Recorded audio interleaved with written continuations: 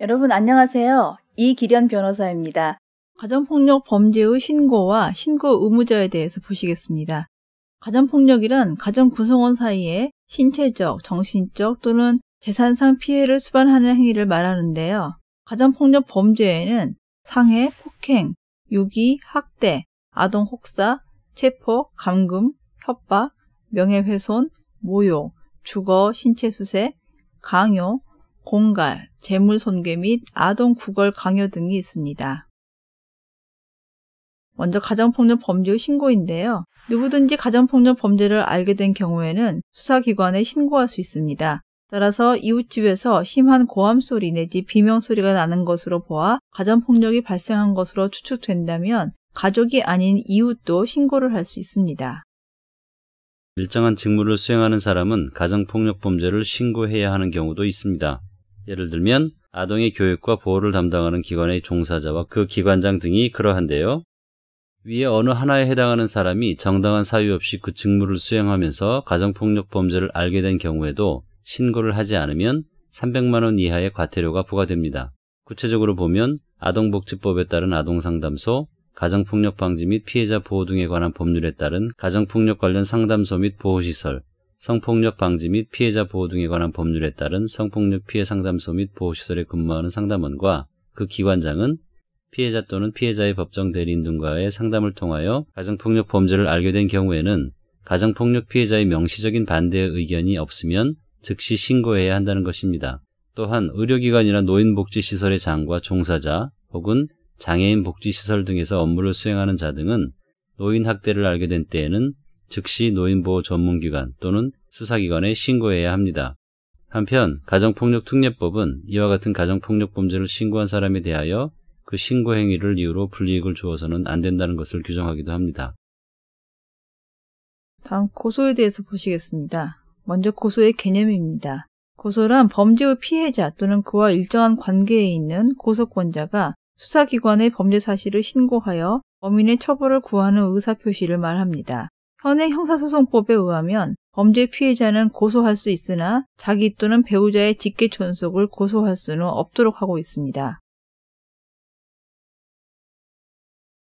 직계존속에 대한 고소 사례를 보시겠는데요. 남편 갑은 젊어서부터 아내 을과 자녀들을 상습적으로 폭행하였습니다. 그런데 최근 갑이 직장을 그만두게 되면서부터는 술을 마시고 아내를 폭행하면서 흉기로 위협하기까지 하자 참다 못한 아들 병은 어머니와 자기가 아버지로부터의 폭행에서 벗어나고 싶어서 아버지를 고소하려고 합니다.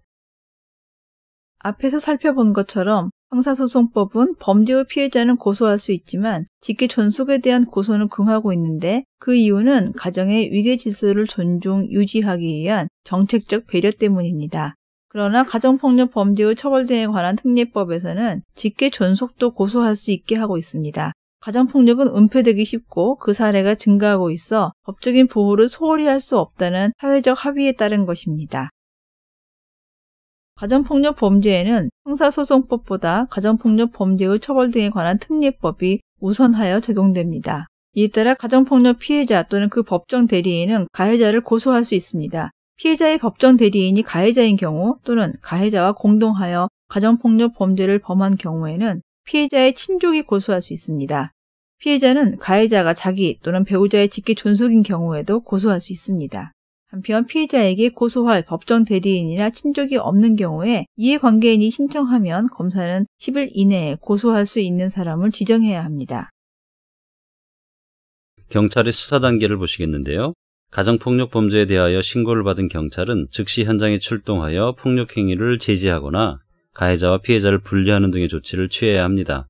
만약 응급조치에도 불구하고 가정폭력 범죄가 재발될 우려가 있고 긴급을 요하여 법원의 임시조치 결정을 받을 수 없을 때에는 직권 또는 피해자의 신청 등에 의하여 긴급 임시조치를 취하거나 검사에게 임시조치 청구를 신청할 수 있습니다. 이어서 진행 중인 가정폭력 범죄에 대하여 신고를 받은 사법경찰 관리는 즉시 현장에 임하여 다음의 조치를 취해야 합니다. 즉, 폭력행위의 저지, 가해자, 가정폭력 피해자의 분리 및 범죄 수사, 피해자의 가정폭력 관련 상담소 또는 보호시설 인도, 긴급치료가 필요한 피해자의 의료기관 인도, 폭력행위의 재발 시 임시조치를 신청할 수 있음을 통보하는 것 등이 그것입니다.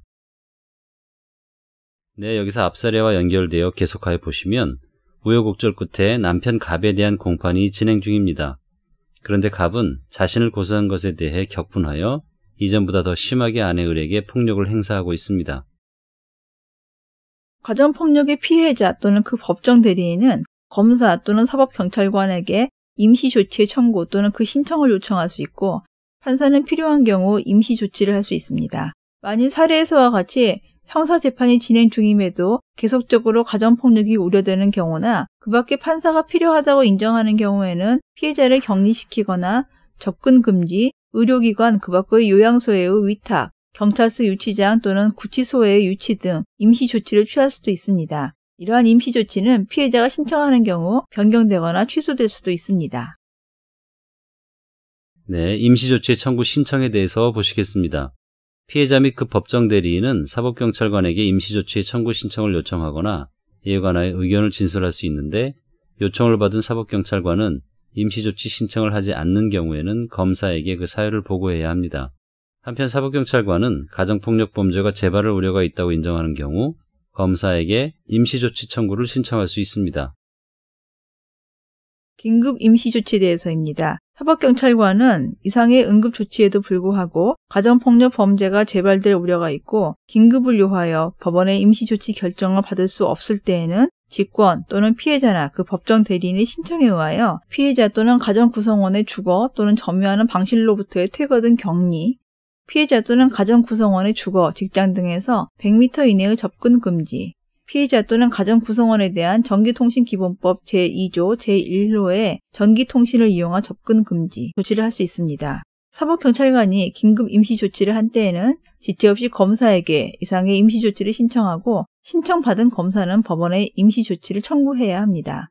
이 경우 임시조치의 청구는 긴급 임시조치를 한 때부터 48시간 이내에 청구해야 하며 긴급 임시조치 결정서를 첨부해야 합니다. 그 밖에 수사 과정에서의 피해자 보호에 대해서입니다.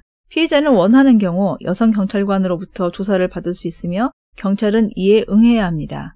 또한 경찰은 피해자를 조사할 때 피해자의 연령, 심리 상태 또는 후유 장애의 유무 등을 고려하여 가급적 진술 녹화실 등 별실에서 조사하여 피해자의 인격이나 명예가 손상되거나 개인의 비밀이 침해되지 않도록 주의를 해야 합니다. 2010년 여성가족부의 조사 자료에 의하면 남편으로부터 폭력을 경험한 아내들은 도움을 요청하지 않았다는 비율이 60%를 넘고 있습니다. 가장 많이 도움을 요청한 대상은 가족과 친척으로 약 17%, 그 다음이 경찰서, 이웃과 친구 및 종교 지도자, 여성 긴급전화의 순으로 나타나고 있습니다. 이 자료에 의하면 남편으로부터 폭력을 당한 아내 8% 정도가 경찰에 신고한 것으로 나타나 2007년 조사 당시에 비해 남편의 폭력 행동에 대해 보다 적극적으로 대처하고 있었다고 합니다. 그러나 폭력 신고를 접수한 경찰의 조치 내용은 여전히 미흡하다고 할 수 있습니다. 이 조사 자료에는 신고 후 경찰의 조치 내용으로 가장 많은 비율을 차지한 것이 출동은 하였으나 집안일이니 서로 잘 해결하라며 돌아감으로 약 50%가 넘고 있습니다.